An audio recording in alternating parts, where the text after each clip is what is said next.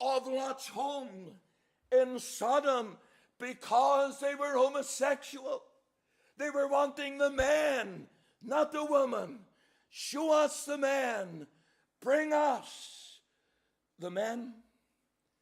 You know, I say tonight, our society is no longer embarrassed with these gay men openly parading in our streets and claiming their rights. Our society is no longer embarrassed. In fact, some of those famous stars, singers, film stars will now come onto our screen and they'll say, I am gay. I'm not embarrassed about it. I'm no longer embarrassed. And here's what happens. Society begins to accept it. Begins to accept it. And if you speak against it, then you're speaking against society.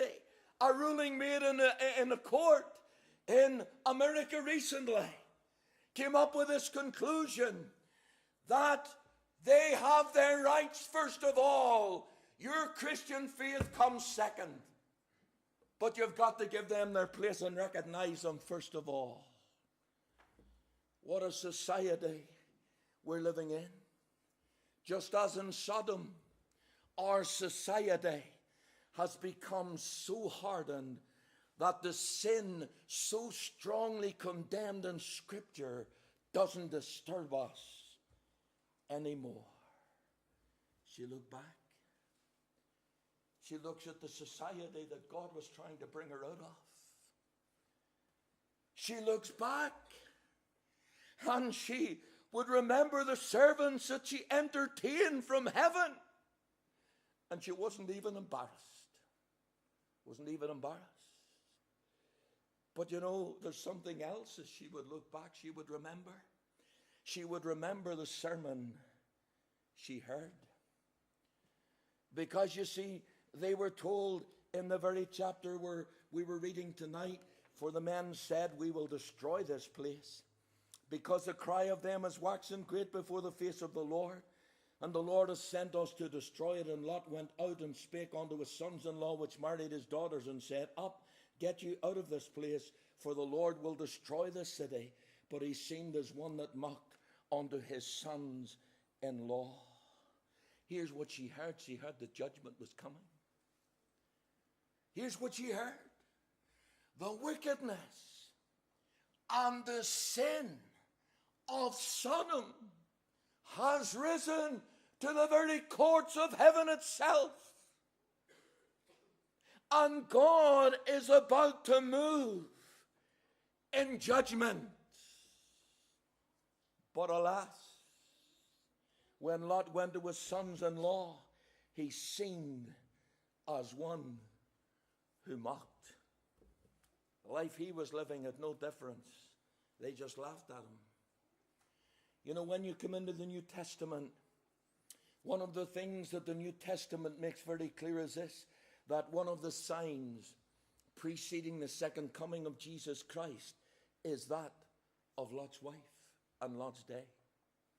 As it was in the days of Lot, so shall it be in the days of the coming of the Son of Man. One great preacher said, if judgment doesn't come quickly, then God will have to apologize to the people of Sodom. People of Sodom. I had a magazine this week. I just received it this week. In fact, sometimes there's that many magazines come to our house, I hardly get time to really look at them, but I was looking over it this week, and one of the articles in it was that the Evangelical Lutheran Church in the United States has just taken on board to the ministry 7 openly gay men to be preachers. The United Methodist Church and the Presbyterian Church are going the same way. Just this week in the magazine, the facts are stated. What a society we're living in. And friends, we need to understand tonight that God is simply telling us, you see, as it was in Lot's day, so it will be preceding the coming of the Lord again. Now, this kind of preaching is not welcome anymore. Kind of preaching is not welcome anymore. Not only that, it doesn't disturb people anymore, because we're living in a society that has learned to live with it and accept it, and it doesn't disturb us anymore. It doesn't affect us anymore. Doesn't annoy us anymore. And I'll tell you tonight, there could be people sitting in Ballykeel Baptist Church tonight, and the preaching of the gospel of Jesus Christ does not disturb you anymore. It doesn't move you anymore. Why? Because as it was back then, and is even in our society today, you have heard this story that often, that it just runs off you like water of the duck's back. It has absolutely no effect on you tonight, because your heart has become so hardened to the gospel of Jesus Christ. Just as it was back then. She hears the sermon. She's taken by the hand of an angel. But she turns back because she doesn't want to leave it. She doesn't want to leave it.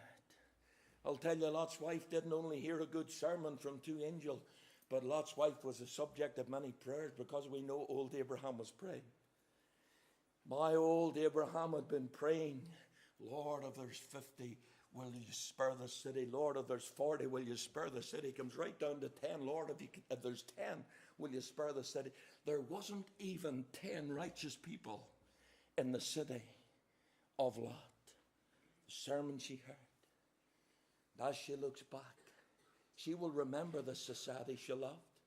She'll remember the servants that she entertained. She would remember the sermon that she heard. But I'll tell you what, for all eternity, she'll remember the salvation she refused. Because you know what happened? God offered her a way of escape.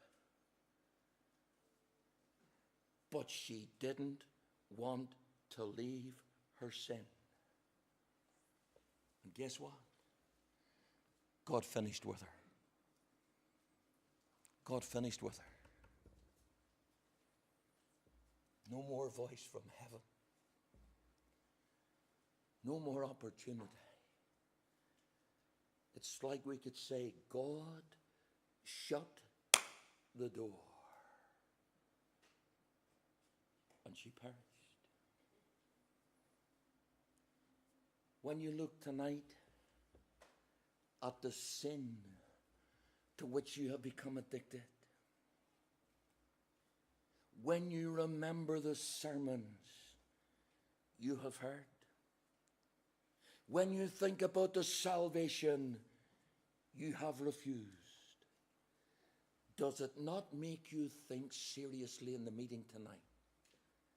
Has God finished speaking to me? You can sit through meetings where the power of God is evident, where the voice of God is heard, and you're undisturbed, and you're unmoved, as God finished speaking to you.